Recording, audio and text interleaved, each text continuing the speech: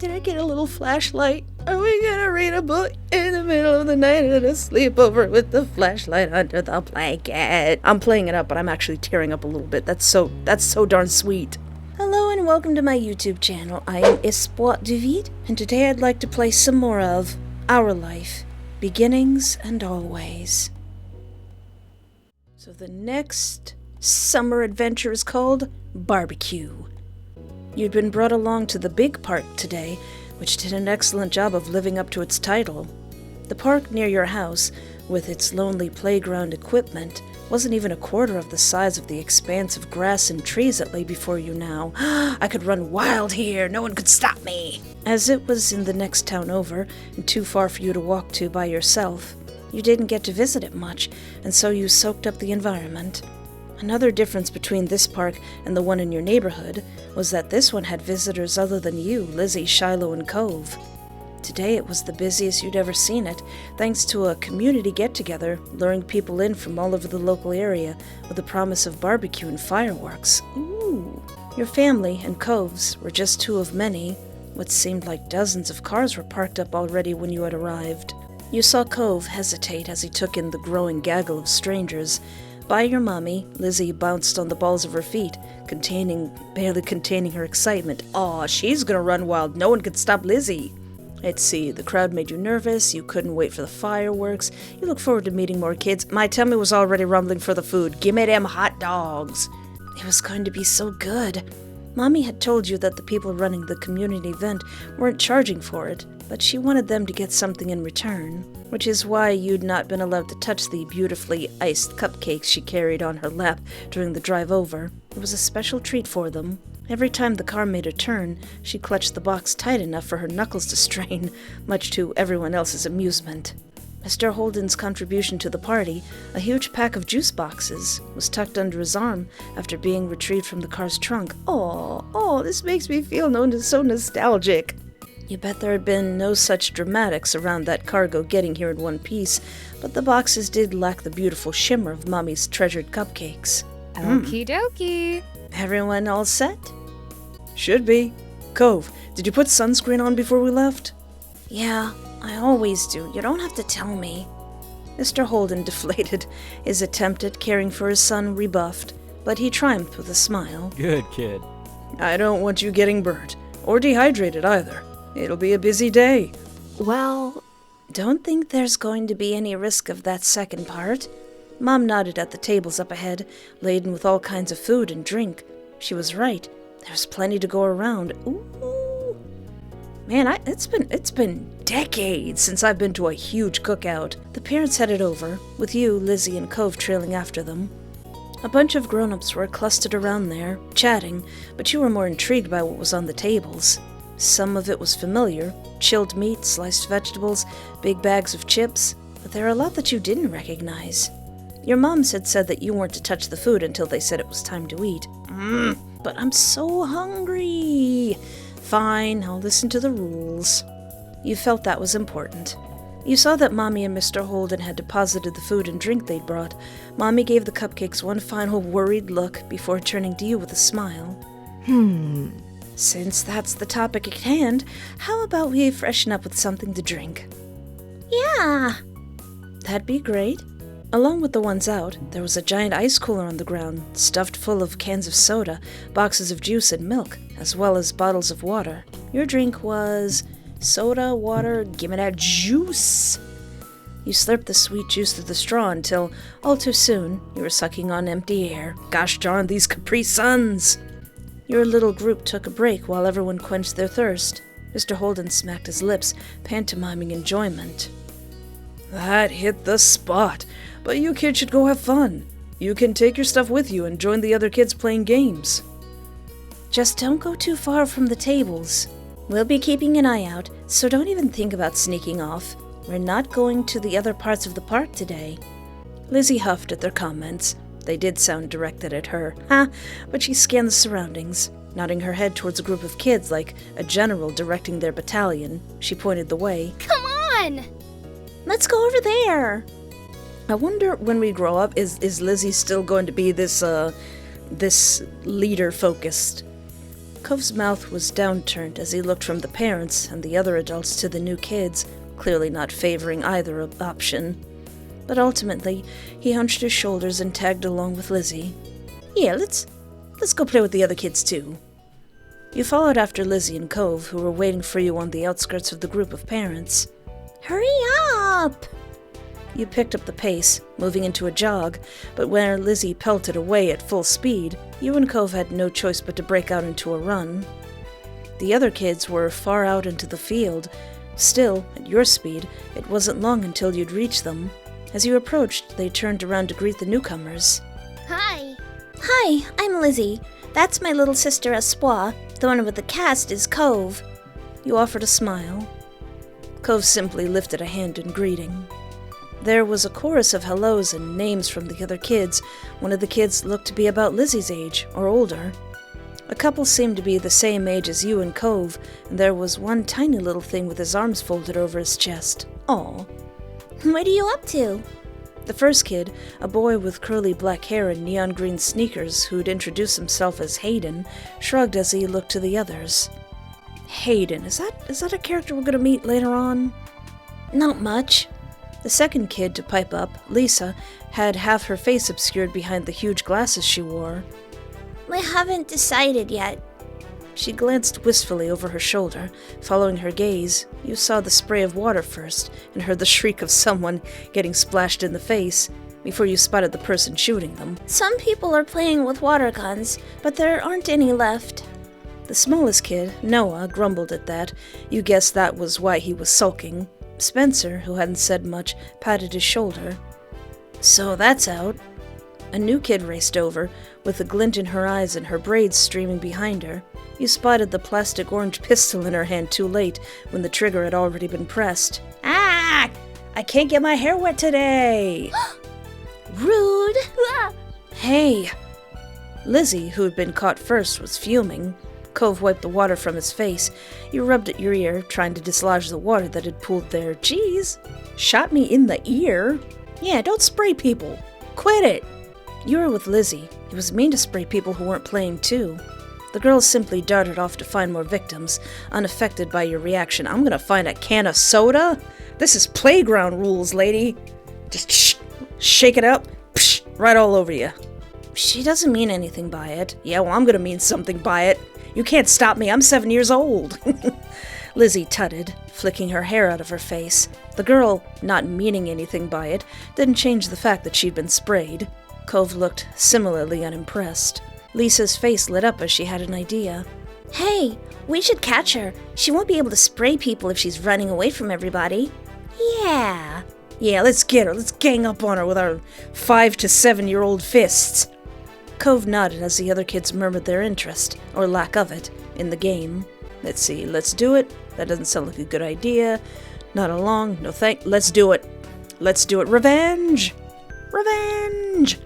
You joined the group of kids and tearing off after the girl with the pistol. It was a water drive-by. She got all of us. Spotting you all over her shoulder, she laughed and shot her pistol in the air. Only a couple of drops squeezed out. She swerved, causing discord within your team as someone stood on your foot and you collided with Cove's shoulder. Oh, to be a child and to run into people and fall over and not worry about your back. Sorry. Cove shot you a smile that gave you a feeling of camaraderie. It's okay. You were closing in on the girl, but you weren't alone. Lizzie's face was set with intent, and the 2 other kids were hot on her heels too. We're gonna get her! You outran them easily, you outran them with effort. You weren't as fast as them because they were speedy. I was a very bad runner. Yeah, you weren't as fast as them just because you weren't fast. You pushed yourself, willing your legs to move just a bit faster, but it was useless. Even if they weren't especially fast, it was too speedy for you. Lisa lunged and tackled her friend to the ground. Got her! Panting, she punched the air in triumph, then pushed her glasses back up to the bridge of her nose. Careful! The girl who had been caught giggled as she got to her feet, brushing strands of grass from her knees. Smiling, Cove came to a stop at your side. Lizzie whooped with delight, clapping her hands. The boy with the bright sneakers grinned. You're it now. Catch us if you can. Oh, that's what we're playing? Man, you should have told me. You should have told me we were playing tag. I would have said no. Yeah. I'll do it. You won't get away from me. With that, you all dispersed, squealing and laughing as you tried to evade capture. The sour mood from earlier had evaporated entirely, replaced by a light and playful atmosphere. Several rounds later, when most of the kids had taken at least one turn as it, the scent of smoke wafted up your nose. Get out of my way, Cove! Hot dogs! Grilled hot dogs! Caught by surprise, you looked up and found that the brilliant blue of the sky had turned orange as the sun sank down on the horizon. With all the excitement, you had lost track of time completely. Looking over, you saw people standing over the grills and poking them to life. It was nearly time to eat. We should get over there. I'm so hungry. Our parents are at different spots. Yeah. Bye. It was cool playing. Yep. Bye. Aw, the children. Let the children's play outside. You waved goodbye to the other group of kids before hurrying over to your parents with Lizzie and Cove. A tickle unfurled in your throat, growing more persistent as you came closer to the source of the smoke. As the three of you approached the tables, your parents spotted you and came to join you halfway. You tried to greet them, but another cough obstructed your words. Oof, that's quite a cough. Aww. Are you all right, sweetie? I'm fine. I don't know if I'm actually fine. Are you sure? No one needs to go up to the grills if they don't want to. Just let me know what you need. Hot dogs, Mother! I require the dogs! There was no response from the other two kids here. Actually, yeah, Mummy, could you get it for me, please? Of course. So, I might start choking around that smoking. The main thing being served is kebabs. You can have whatever you'd like on it. There's different meats and veggies. Ooh, grilled kebabs. This is making me feel nostalgic. I feel like crashing somebody's cookout just to try their food. Well, What would you like on yours? Mom is right. There's plenty of options. Well, first of all, shrimp. Potatoes, peppers, beef, and pork. And onions. Alright, that's everything. Sounds good to me. The veggies will be good for you. Order given, you waited for your food to be ready. Lizzie headed towards you, having issued her own request. hi again. I heard what you ordered. I'm getting a chicken kebab with all 3 colors of peppers. Noticing that Cove approached, she turned to him. What are you having? why? Why does it matter? I don't know. I was just asking. I'm getting beef and shrimp with all the vegetables, except onions. Lizzie hummed while evaluating his response. That's okay, but chicken is definitely the better one. Grilled chicken. Then you can eat all the chicken. I'm going to. I really hope they become like good friends.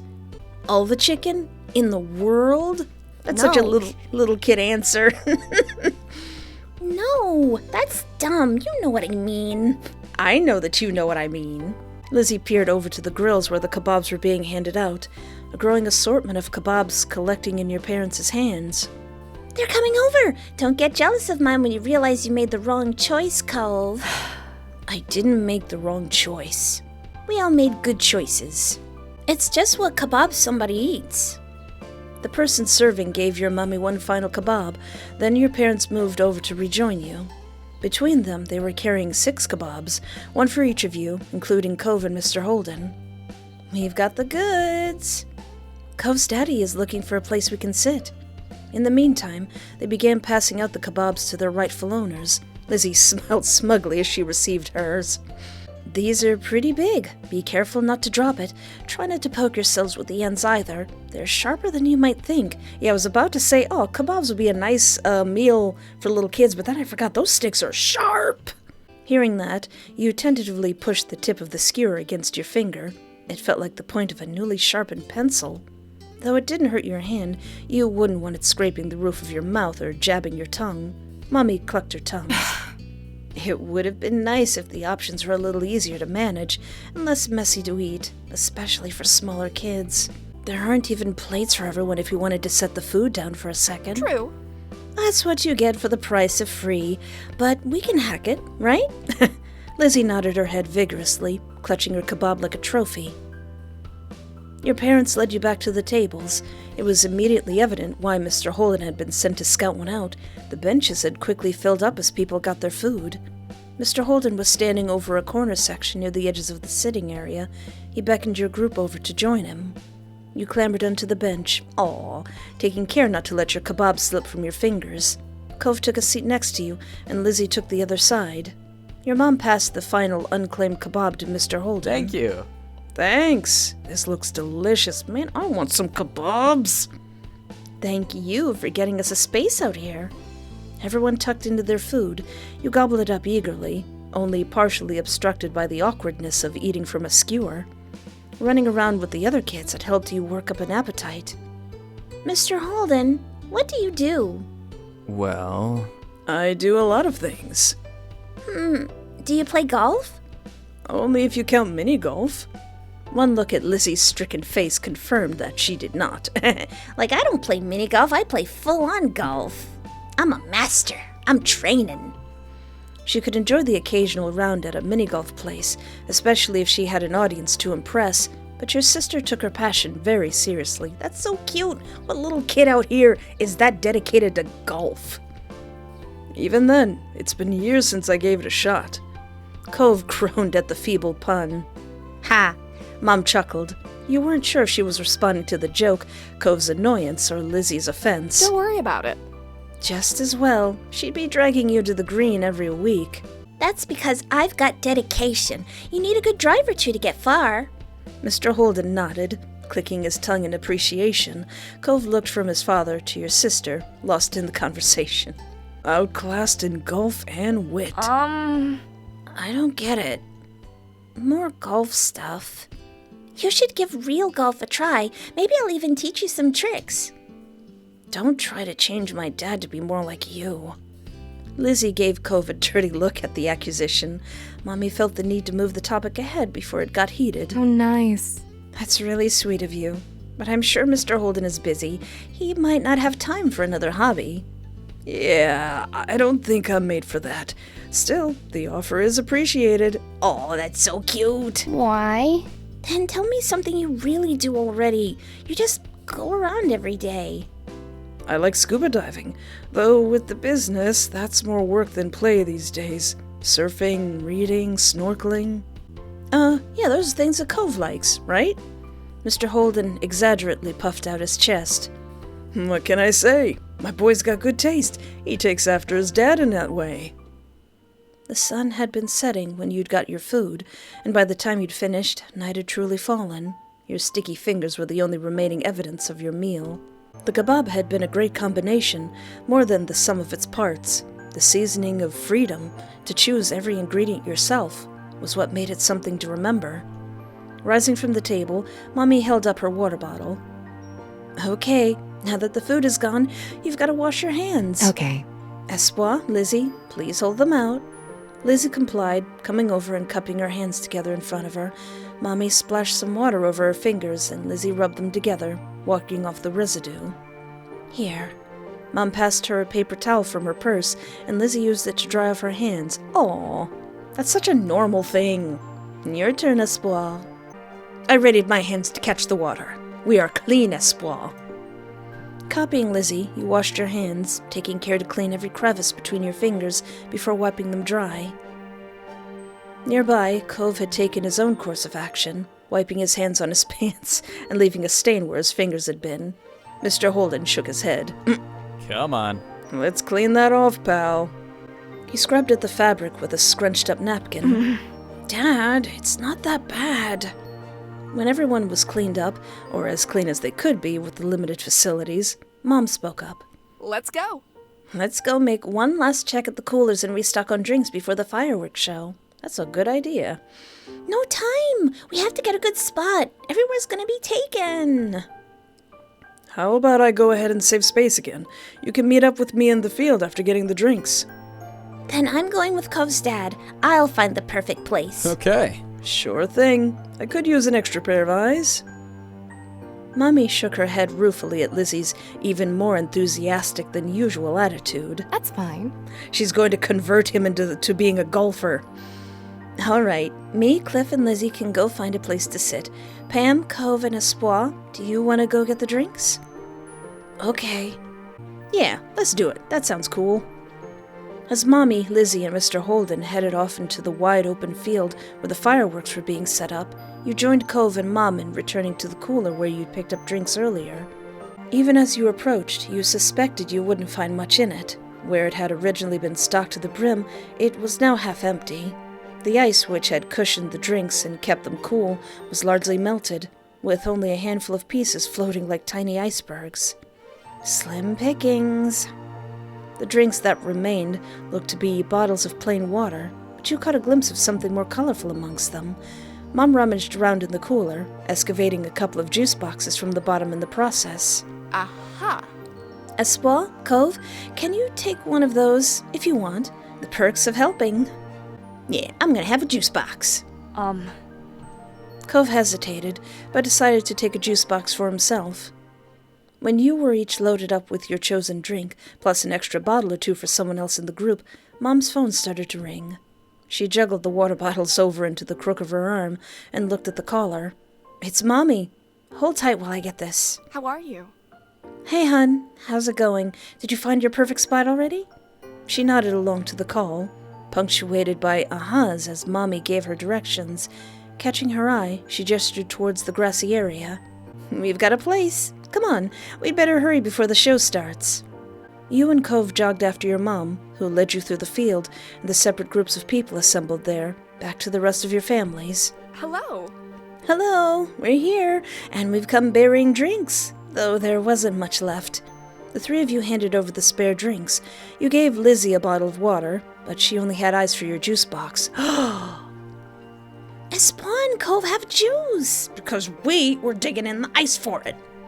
They helped get the drinks. You get to pick where we sat. Don't be selfish. No. I'm not. Good. Then you're going to thank us for bringing you your very own water bottle. Thanks. Once everyone had been equipped with a drink for the big event, you sat on the grass beside Cove and waited for the magic to begin. Most people in the park had taken a seat now, with a few stragglers silhouetted back at the tables in the distance. A few rambunctious kids were still dashing about, but their number was steadily decreasing as their parents called them over and restored order. Someone bearing a cardboard box waved between the groups, pausing every so often. You nudged Cove and pointed. What are they doing? It looks like they're handing something out. I can't make out what it is. What a pickle. I hope it's not drinks. Mommy chuckled, but Lizzie and Cove were now watching the bestower of mystery goods keenly. Are they going to come to us too? Mom softly put her hands on the top of your sister's shoulders, as if she feared Lizzie might bolt over to the stranger. Lizzie didn't even glance at her, eyes locked onto the potential prize. I don't know. In that case? We'll have to wait and see. You were intrigued. Studying the man with the box closely as he gradually meandered nearer, you could make out what he was handing out. Small items to most of the groups he stopped at. They seemed too short to be water bottles, but beyond that it remained a mystery. Then the box man made his way to your group. Evening. I'm handing out dessert. Any takers? There's dessert? Lizzie squealed, hopping up off the ground. The man chuckled. Aw. I was just about to say, don't take sweets from strangers, but ooh, those look good, gimme. I'm gonna take that as a yes. Ice cream's on the menu, vanilla flavored with a twist of either chocolate or strawberry syrup. Nice. Nice. None for me, though, thanks. Same, but the offer is appreciated. I want chocolate. Can I have strawberry? And a strawberry for me too, please. Now you were going to have to make a decision. Chocolate or strawberry? Now, right now, I do love chocolate, but when I was little, I always loved strawberry. Reaching into the box, the man brought out the requested ice creams and tossed them out. It came packaged in a little plastic cup, complete with a wooden spoon stuck to the paper lid. All this is so nostalgic. The condensation wet your fingers in a pleasant way. Thank you. Thank you. Kids, are you going to thank the nice man too? There was a chorus of thanks. He cordially nodded and walked off into another group. The man couldn't spend much time with each group, considering how many he had to get to. You peeled back the tab that covered the ice cream and got right into your unexpected treat. Oh, that's so sweet. It tasted amazing. Lizzie was definitely enjoying hers. Cove was too. Lizzie munched away happily, but it ultimately didn't succeed in monopolizing her attention. Eyes wide, she looked at her mommy and pulled on her pants. Please! I didn't get strawberry. Can I have some of yours? Please? Of course. Lizzie cooed with excitement as Mommy presented her with a dollop of the ice cream and syrup mixture. Licking her lips, Lizzie lapped it up. Mommy, come on now. Lizzie has all the ice cream she needs. She simply laughed and pinched Lizzie's cheek, then dug her spoon in again and held it out to you. I just can't resist. Espoir, would you like some of mine? She's already got that flavor. But that's not the same as getting a little extra from your mommy. Aww. No, Mummy, you enjoy your ice cream. See, Espoir knows how it is. It doesn't hurt to ask. Cove watched the exchange silently with a blank expression. Mom, on the other hand, shook her head and a fond smile on her face. This is so sweet. Well, you better at least give me some, too. You could have gotten your own if you wanted ice cream. What? What? The kids have ice cream already, and they're getting some of yours to boot, and I have nothing? Now is when you decide to be firm. Laughing, Mommy fed some ice cream to your sulking mom. She could never actually follow through with being tough. There. There. All better now? Yes. Oh, they're so cute. They're so cute together. Everything's so flippin' cute. Good. How about you, Cliff? Would you like some? No. I'm still okay. But thanks for keeping me in mind. Did Cove get on ice cream? Yeah. Cove, it's only fair that you get the choice too. Cove shook his head firmly, concentrating on his own cup. Mommy smiled. Okay, as long as no one is feeling left out. Mommy was always so nice to everyone. You looked over at Cove. He was digging into his ice cream, which bore the same pinkish red twirl as your own. Sharing is nice, but you weren't able to do that. Nah, I don't like sharing food that much. You were going to keep the rest of your ice cream to yourself, and he had already had the same flavor as you. Then, the first fireworks cut through the sky, whistling as it ascended until it hit its crescendo with an explosion. The park flashed as if alight. Squealing, Lizzie leapt to her feet, her forgotten ice cream tumbling to the ground as the firework crackled into tiny drops of glitter in the sky. It's starting! Everyone else looked up to the sky as another firework whizzed through the air. With each explosion, Lizzie would jump into the air. It was quite thrilling. Cove sat by his dad, captivated by the sky sparkles and flashes overhead. Mr. Holden watched the fireworks scene impassively. He did smile at you, and even gave a thumbs up when he noticed you looking over. Mommy hopped to her feet, pulling Mom with her, pushing her into joining Lizzie and jumping up in tandem with every crackle of the firework. Aw. Mommy then bent down to offer you a hand up too. Yeah, you got up to join your family, beckoning for Cove to join. Come on, Cove, we're all getting crazy.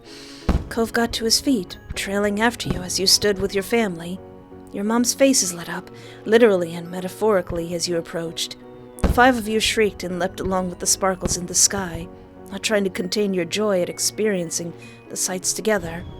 The fireworks continued, some twisting like the coil of a spring as they arced into the air, others shooting straight from the ground and shattering into a million tiny specks. Every color got its spotlight in the show, from fiery reds to eerie greens and blues that could rival the ocean. The show built up to a grand finale that boomed over the park and filled every inch of the sky. The twinkling lights represented the full spectrum of a rainbow. The exhilaration that had fueled you while the fireworks were going off was sapped dry now that the show had finished. You collapsed into a giggling heap on the ground, suddenly aware of how your legs ached from your exertion. Cove tumbled down with you, his expression gleeful. Mr. Holden watched his son with an expression much happier than the one he'd worn while watching the show. Lizzie gave a final whoop of delight and shared a high five with Mom as Mommy shouted for an encore into the night. You didn't know what that meant, but you liked the way it made Mom laugh. Though the sun had gone down long ago, the air on your bare arms was warm. You took in your giddy family, their spirits buoyed by the fireworks display. Then your new friend and his father looked happy in their own quieter way and smiled. This had been a pretty special night. I'm crying. There's tears in my eyes. Oh, this is so wholesome. This is so sweet. I just if I wasn't recording, there would be tears streaming down my face of joy.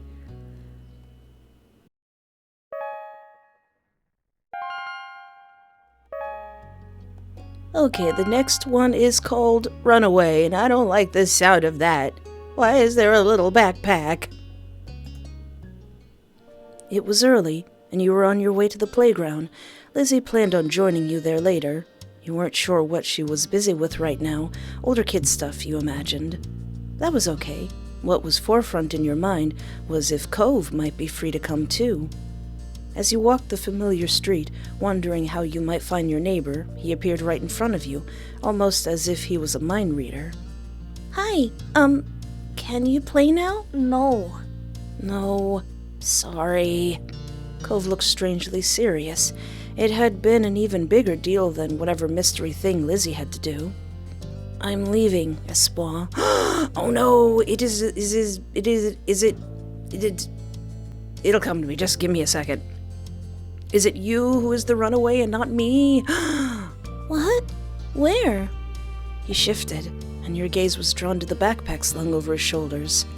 Cove liked to stuff things into his pockets, from what you've seen, but people sometimes carried bags with them. It hadn't been very attention-worthy until now. Oh, little me, you're only just now discovering the glory of various backpacks. Soon you'll discover fanny packs, and you'll never go back. The pack was decorated with cartoon waves and dolphins. He gripped one of the straps tightly with his good hand. I just wanted you to know. Cove didn't glance up and meet your eyes. You started to grow worried. Yeah, where are you going, bud? He didn't answer. It was as if you hadn't said anything. I'll come back, though. Sometime. I don't know when, but we can do stuff then. He directed a fragile smile your way. Oh! Without another word, Cove turned on his heel and started to walk away. Bye. No, yeah, wait, hold on a second. I was specifically looking for you. He kept going. His focus wasn't on you anymore. What was that about?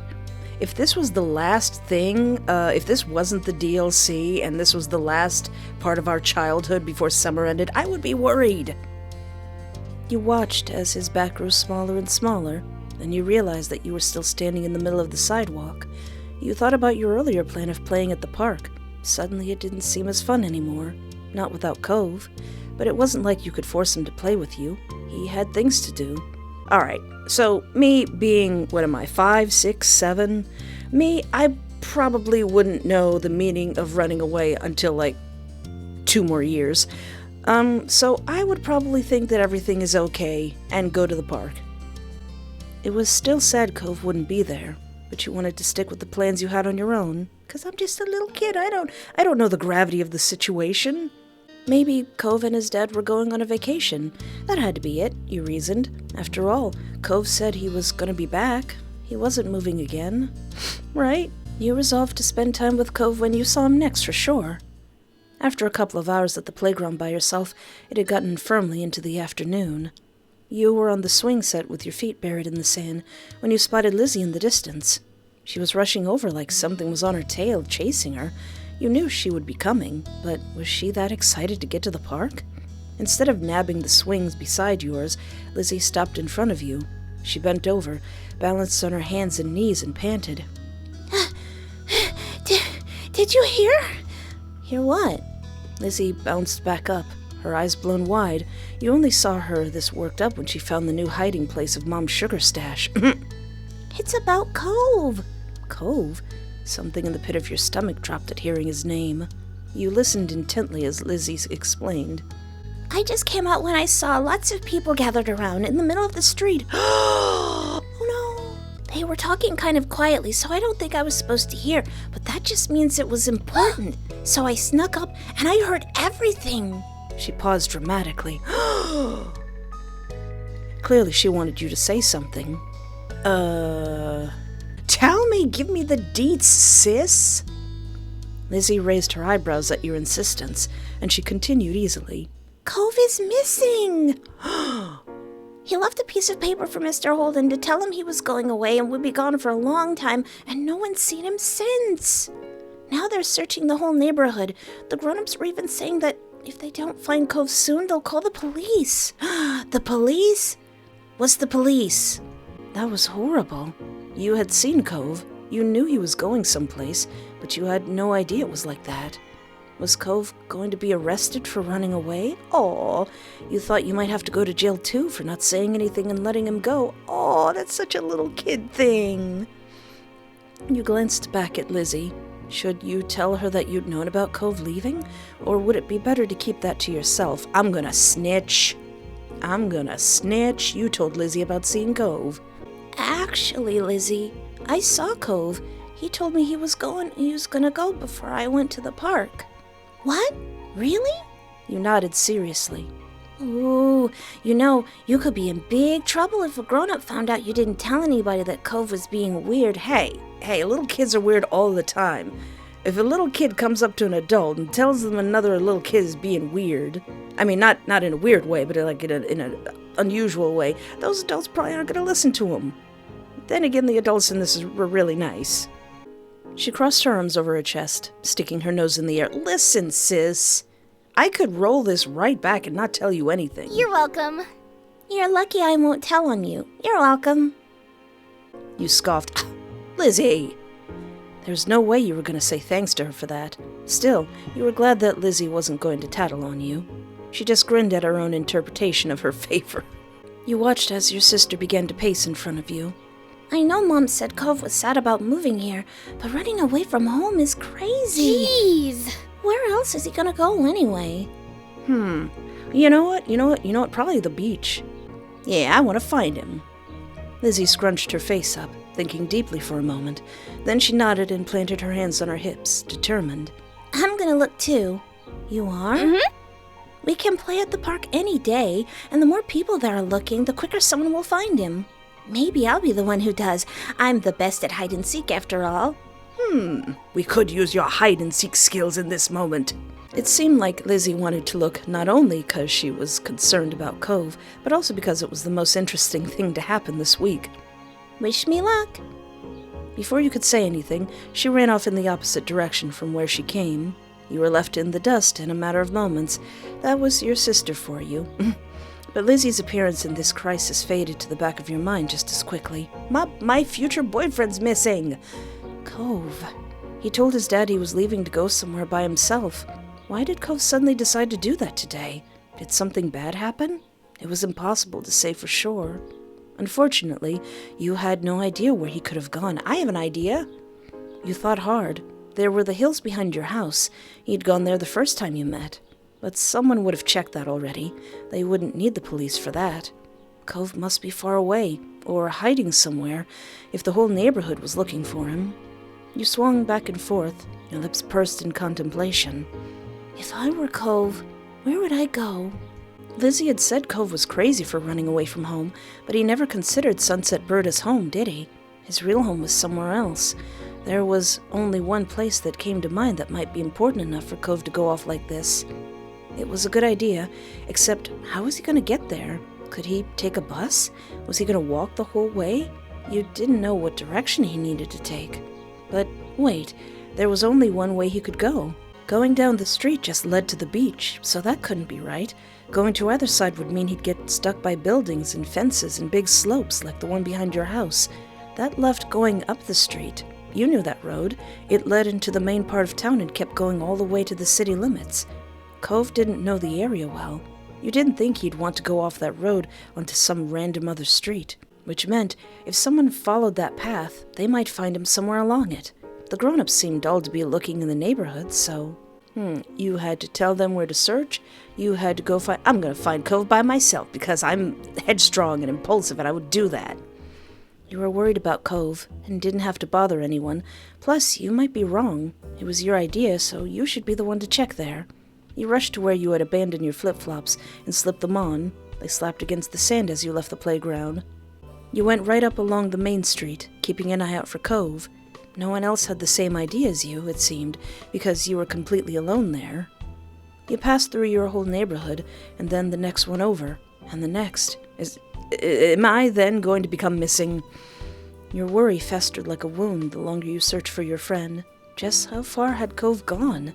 You kept walking. You even called out for Cove a few times, but you didn't see that familiar mop of green hair anywhere. After a while, the sun began to dip out of the sky. It would be dark soon, and there was still no sign of your neighbor. You weren't even in the residential district at this point. You had reached the central part of town. The area was at once strange and familiar. You'd been here before, of course, but never without your moms close by. They would drive you.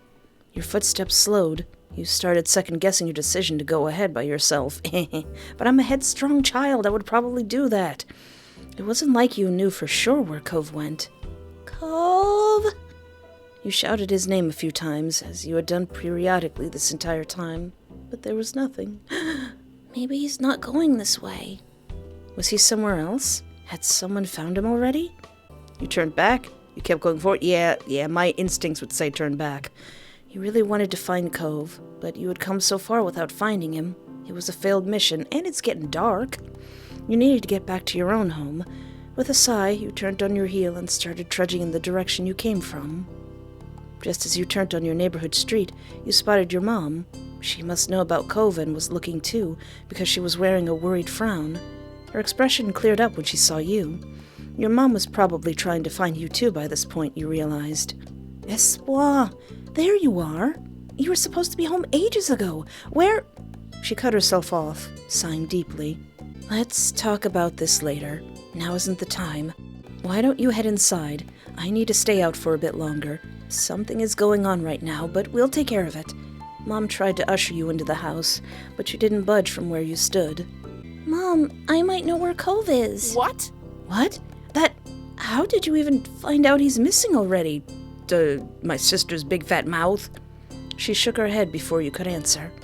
You know what? That's not important right now. Where is it, Espoir? You told her your hunch. She listened intently. The main street. That's not good. I'll drive down there to make sure he didn't get far. Mom muttered that more to herself than you, but you heard her all the same. Can I come with you? Mom turned back to you and shook her head. I'm really sorry. I'm sure you're worried about Cove, and that's good, but I need you to wait at home with Mommy. If I find him, I'll bring him straight here, okay? You were disappointed, but you nodded. She stroked your cheek, smiling softly. Mom guided you to the house with a hand on your shoulder. You both went in. Mommy appeared quickly. She must have been waiting nearby. There was a phone in her hand. It worried you, thinking about who she might have been talking to. Is it the police? Am I going to do hard time? I can't go to jail. I'm too pretty. I won't last the day. No. I'll lift weights. I'll get really muscular. My voice will get deeper. I'll run the place.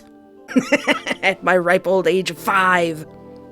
Mom briefly explained what happened before she grabbed the car keys. Mommy saw her out. Soon after, you were herded into the kitchen. You sat at the table while Mommy microwaved leftovers, which you gobbled up. You haven't even realized how hungry you were. Yeah, all the traveling I did. The two of you settled into the living room after that. Mommy put a cartoon on the TV for you to watch while you waited. You snuggled up against her side as you watched the show, warm and safe. Your mind was still on Cove. Would Mom find him out there in town, or was he actually somewhere else? You didn't have to wait long to find out. Halfway through the episode, you heard the front door unlock. Then it swung open with a shout. We're here! I've got him, Lonnie. Come on in, Cove. You stood up from the couch and ran over. Your heart was beating so loud in your chest that you could hear it in your ears. Oh! Mom was putting the car keys away. Cove stood nearby with his head bowed. You squinted to get a better look at him. Cove looked exhausted. His eyes were rimmed red, nearly matching his glasses. There were dried tear tracks stuck on his cheeks. Oh! Oh, thank goodness you found him. Yes, he was way down Main Street, just like Espoir said. Oh yeah, maybe I should have told the adults sooner. Cove shuffled his feet at that, but he remained silent. You could tell that he felt out of place. You weren't the only one who noticed his discomfort. Okay. You must be tired, Cove. You can sit down wherever you like. Mommy smiled warmly and motioned him to the living room. Cove looked up at her, then lumbled over. You walked close behind him, frowning. Cove was always pretty quiet, but this was a different kind of quiet. The living room wasn't far or separated by a wall, so you heard your moms talking softly. He wanted to go see his mother. Poor thing. Well, That explains it, at least. Still, I'm not sure it excuses it. It was so dangerous to go off into town like that. He's having a hard time right now. You can't expect a child to handle it maturely. True, it can't be helped. But that's enough of that. We should tell Cliff and the others that he's here before the panic gets out of hand. There could be riots. is that all right? I'll call, then go to the front to tell everyone's still out there. You keep an eye on the kids. Make sure they don't take any more trips today. Got it, hun. We all just put on backpacks. We're all going on an adventure. Cove just sat there on the couch, setting his backpack down beside him. He stared at his hands. This is so weird. What is? Everyone was looking for me. They all know I tried to leave. I kind of want to run away and not come back this time, so I don't have to see them again. Please, never run away again. Don't do that. Cove looked guilty for even suggesting that, despite it not being serious. I won't. Not for real. Don't even do it for fake. Sir, I'm 5 years old. I will worry. When it seemed silence would descend upon the two of you again, the front door opened. Your mom was back, with Mr. Holden close behind her. He made a beeline for the couch, his gaze trained on his son. Cove? Cove! God, are you all right? Strands of his hair had fallen out of his ponytail. His eyes were darkened, like he'd been crying too. Oh! Cove stared up at his dad, his own eyes wide behind the frames of his glasses. He really hadn't expected it to be such a big deal. I'm okay. Good. That's good. I'm so glad to hear that.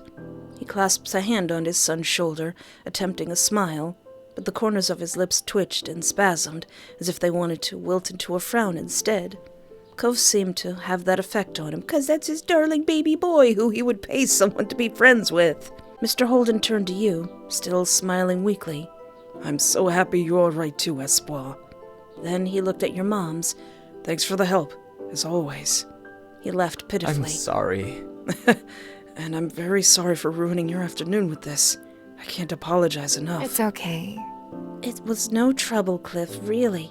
It couldn't be helped in a way. Something was bound to happen sometime.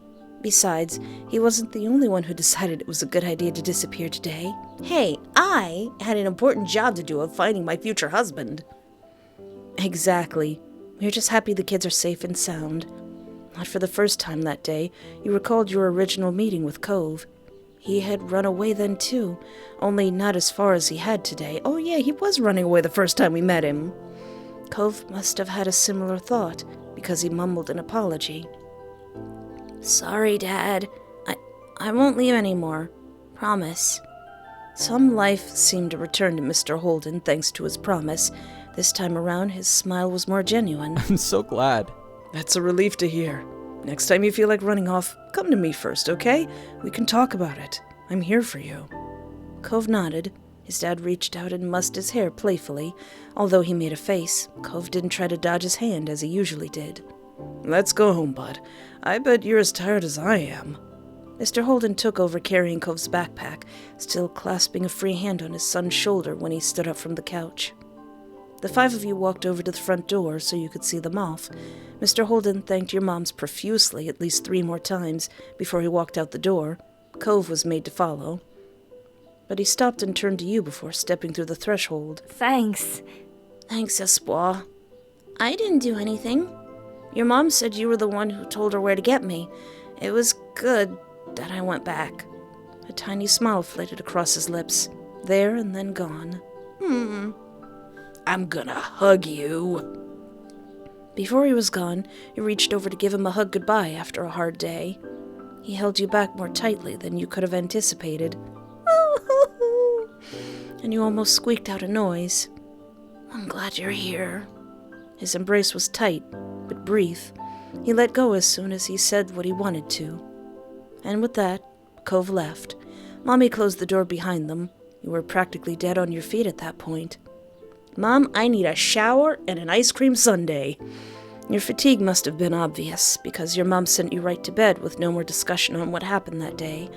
Once your head hit the pillow, your eyes slipped closed on their own. Your eyelids were so heavy, you couldn't open them again until the next morning. You woke up much more at ease than you had felt when you were last conscious. It was almost like it was a dream. But it definitely wasn't. Your mom's faces, when you saw them, assured that. After breakfast, you were sat down, and your family went over yesterday's events in full. They were none too pleased that you went out to find Cove on your own, even if you had turned back at the end.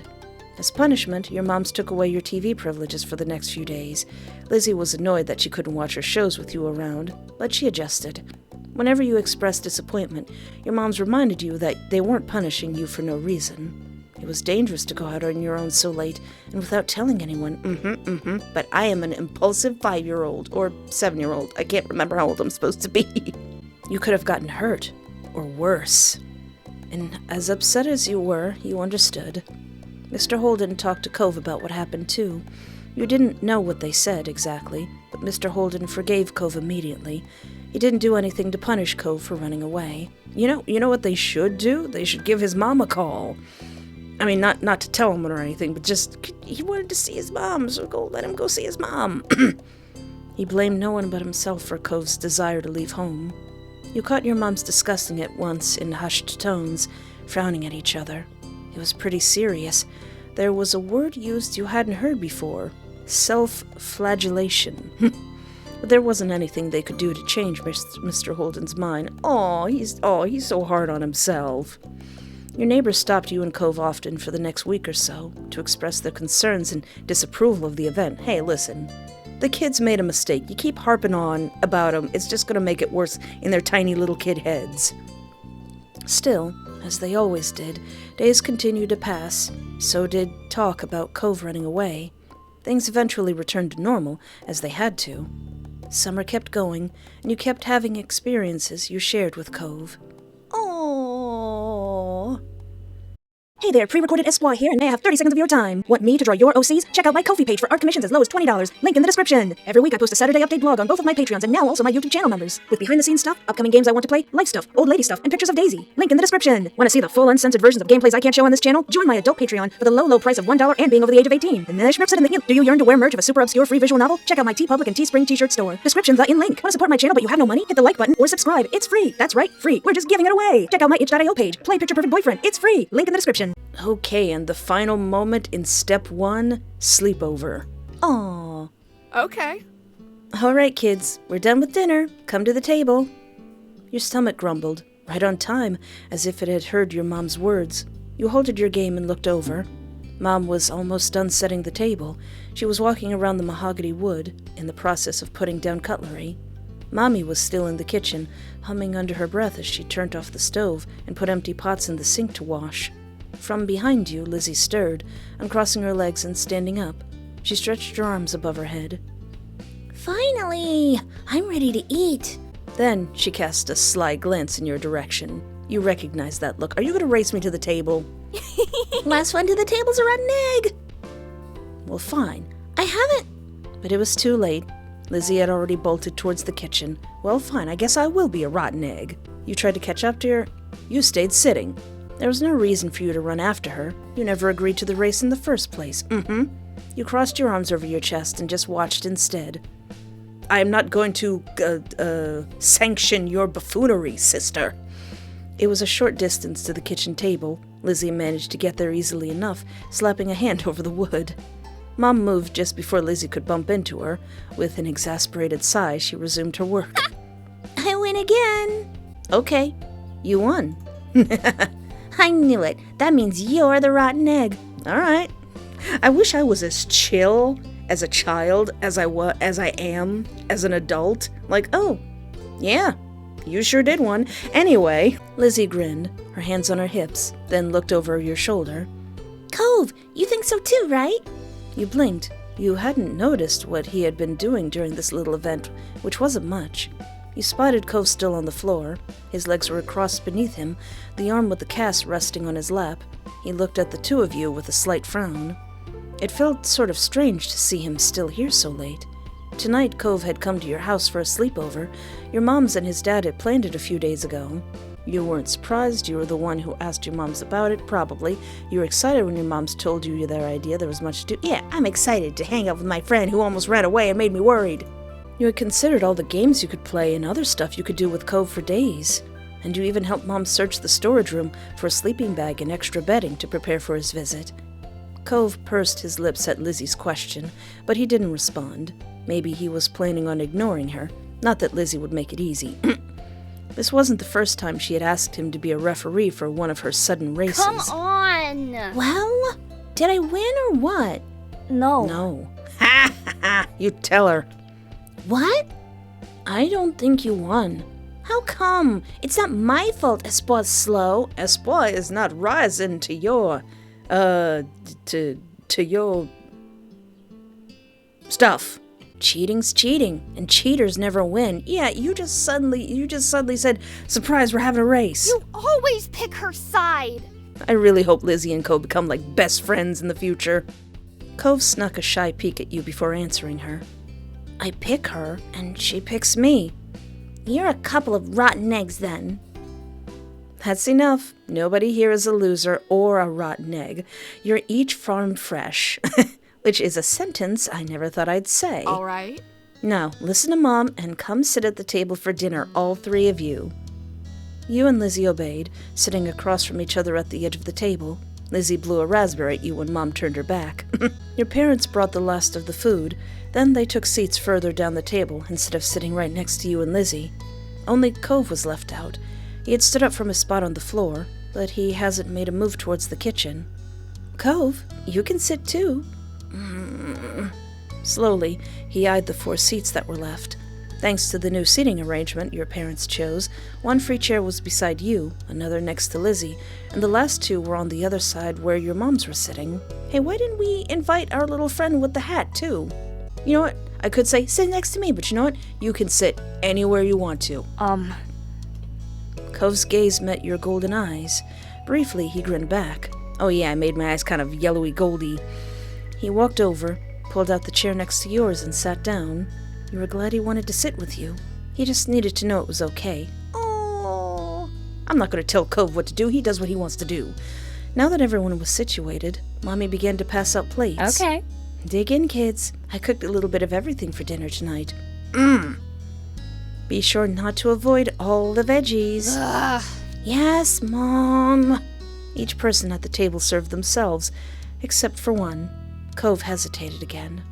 He fidgeted with his hands, clapped on the top of his knees. Oh, he didn't seem very comfortable doing stuff in someone else's house. One dish seemed to have his eye at least. That's pineapple chicken. Want to try some? Pineapple chicken? Not really. Sorry. By then your moms had noticed that Cove still had nothing on his plate as well. Do you not like any of the food, honey?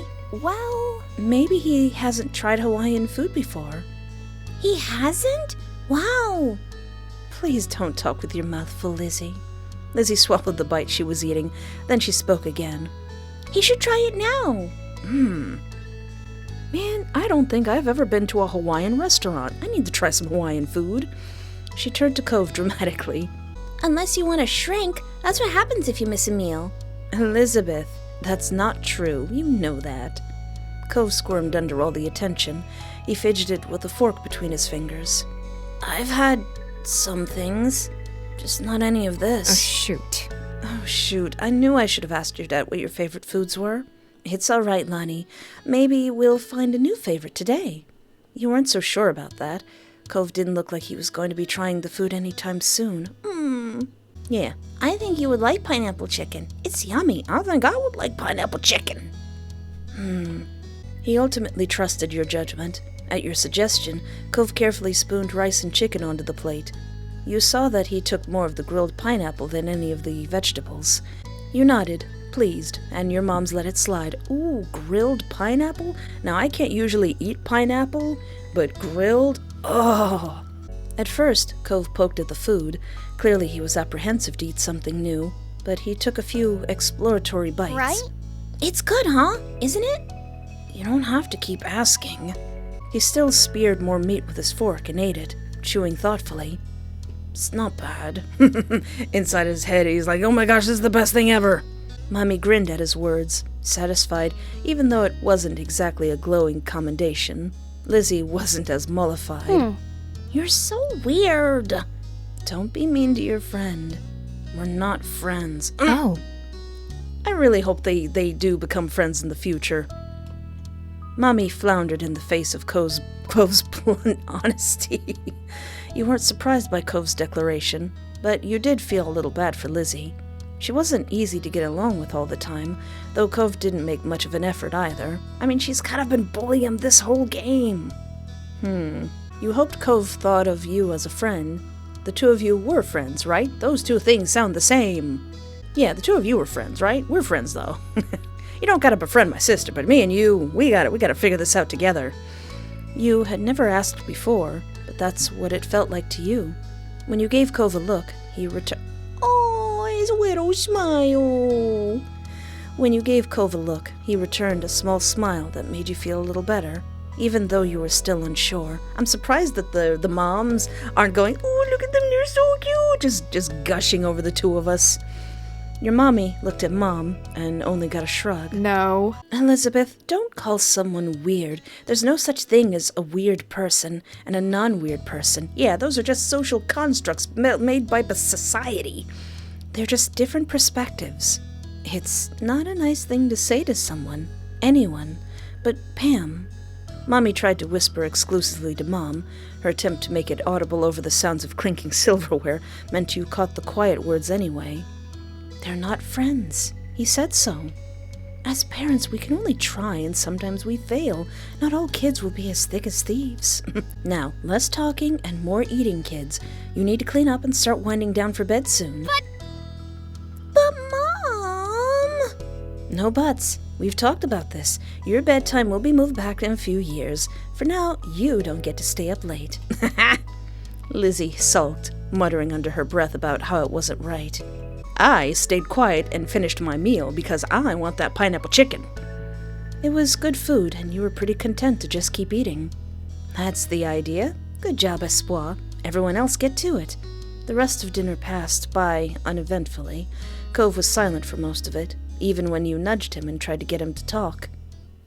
All too soon, the table was cleared, the games in the living room were put away, and you were all steered to your bedrooms. Mom finished tucking you in and kissed your brow, just as Mommy poked her head into the room. All ready for lights off, you two? You were lying comfortably in your bed, the blanket hiked up under your armpits. You could kick it off later if it got too hot. Mom had set up the sleeping bag on the floor for Cove, just beside your bed. He had already wiggled inside. I think so. Good night. Perfect. I'll go say goodnight to Lizzie then. Mom tweaked your nose, chuckled when you squawked in annoyance, and left. Mommy took her place, sitting on the edge of the bed. Sweet dreams. Thank you, Mummy. She pressed a soft kiss to your forehead. You giggled as strands of her hair fell forward and tickled you. Mommy smiled down affectionately at you, then moved her attention to Cove, who watched from his spot on the floor. Do you need anything before falling asleep, honey? What does your dad do? Sometimes he picks me up and lifts me really high, and he shakes his hands like he's gonna let go, but he catches me again. He keeps doing that until sometimes he does drop me on my bed, or other times he lowers me down and we pretend like I'm crashing. Oh, my heart. My heart. Cove had become pretty excited when talking about the nightly ritual he and his dad shared. He seemed to realize how animated he was, and bashfully quieted. But I don't want to do that here. Aww. Oh, how fun. Though, I think you're right that it might not be a good idea to do that tonight. The sleeping bag might not be a soft enough landing. If there's anything else, you can always ask me or Espoir's other mom, but I'm the nicer one. Just don't tell her that. Oh, my heart. She laughed good-naturedly and stood up. Take care. Sleep well, Cove. Night. Leaning against the door jamb. Is that what that's called? A door jamb? She rested a hand on the light switch and looked to you. Good night. Sleep tight. Don't let the bed bugs bite and then wonder for the rest of your life what bed bugs are. Don't let the bed bugs bite, even though I don't exactly know what bed bugs are and that they're a real thing. With a last smile, Mommy turned off the lights and stepped out, closing the bedroom door behind her. You listened to her footsteps fade as she walked down the hallway. It felt weird to not be doing or saying anything with your friend nearby. You were meant to just lay there awkwardly, and it made you uncomfortable. You were happy that Cove was spending the night, but you couldn't shake the conversation from earlier at the dinner table.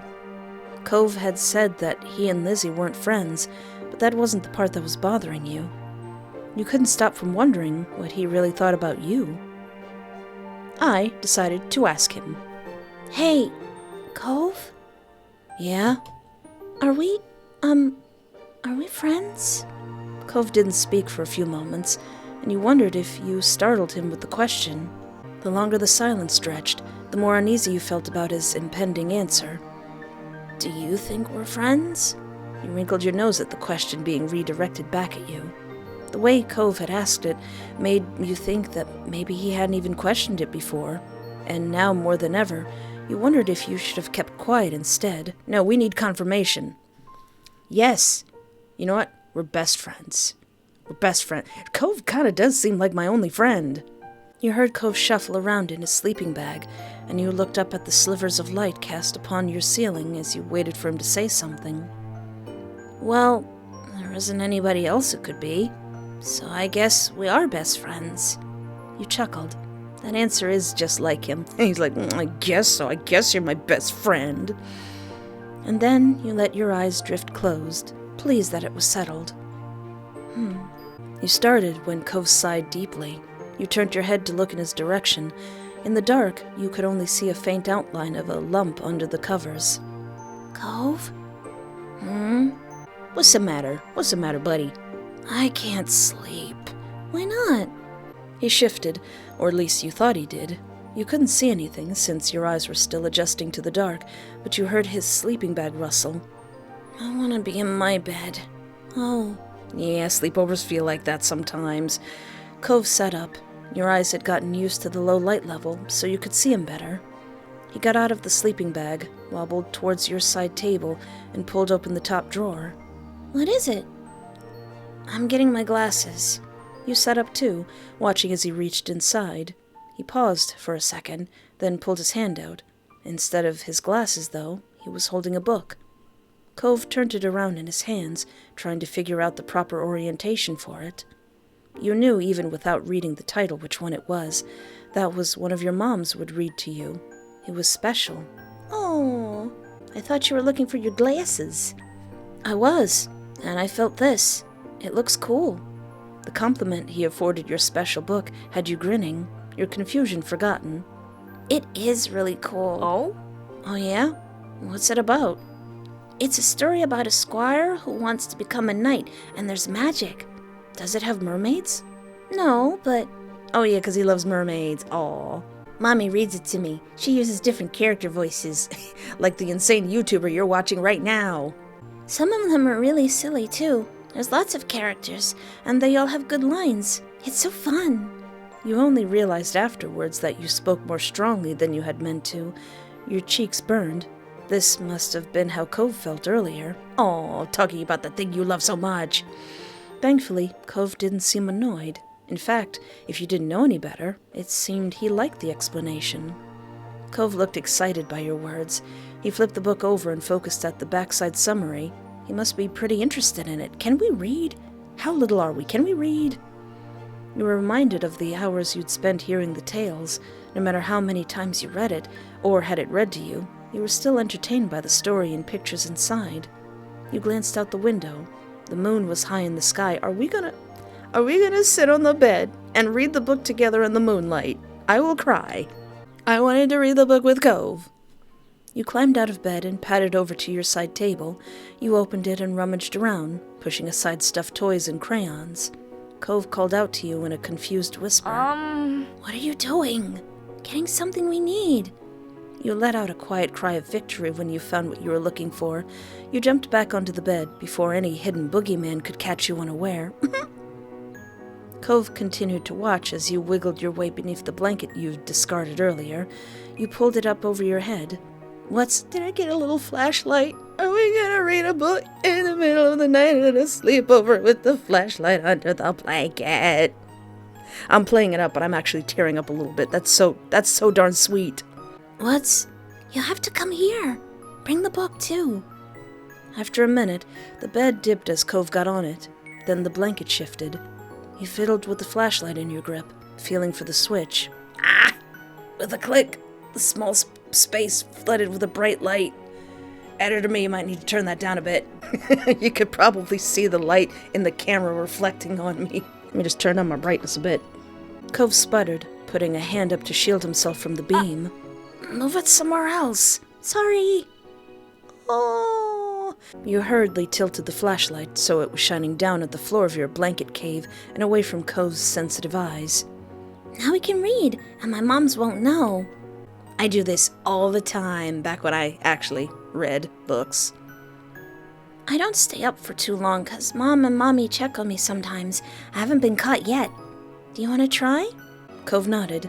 Pleased by his straightforward response, you placed the book between you and flipped it open to the first page. Meanwhile, he laid down on his belly and shuffled closer, picking up the flashlight to shine it on the pages.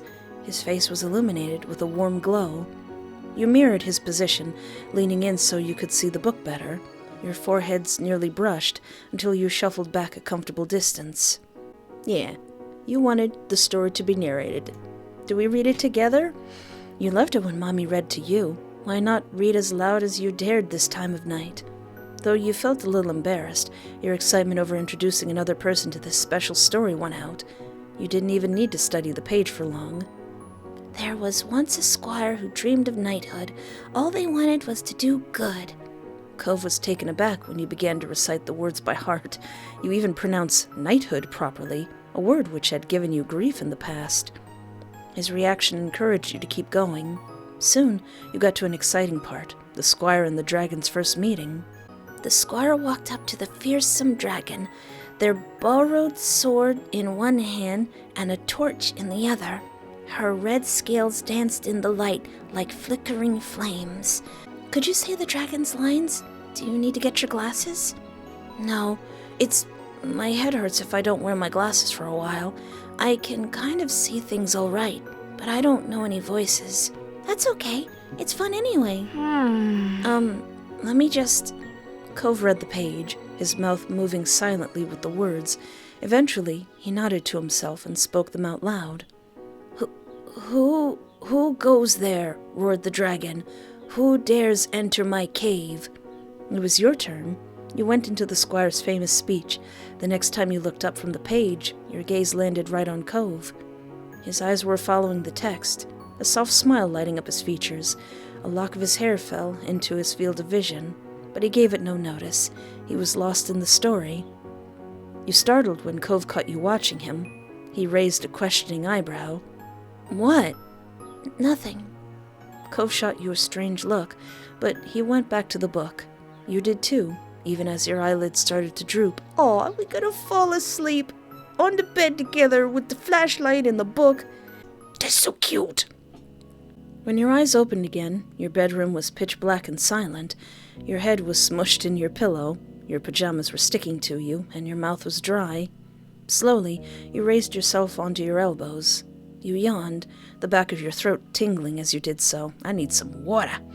You rolled onto your side to sit up in bed, planning on getting water from the kitchen, when you saw a dark shape towering above you. You froze. Then you remembered you weren't alone in your room tonight.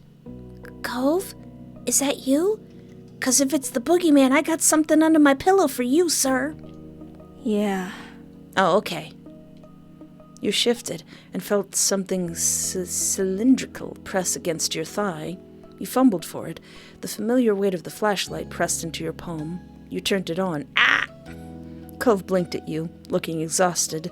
He was in his normal clothes again, shoes and everything. His pajama pants were left on the floor, abandoned. His sleeping bag was in a similar state. Where you going, Cove? You better not be going nowhere.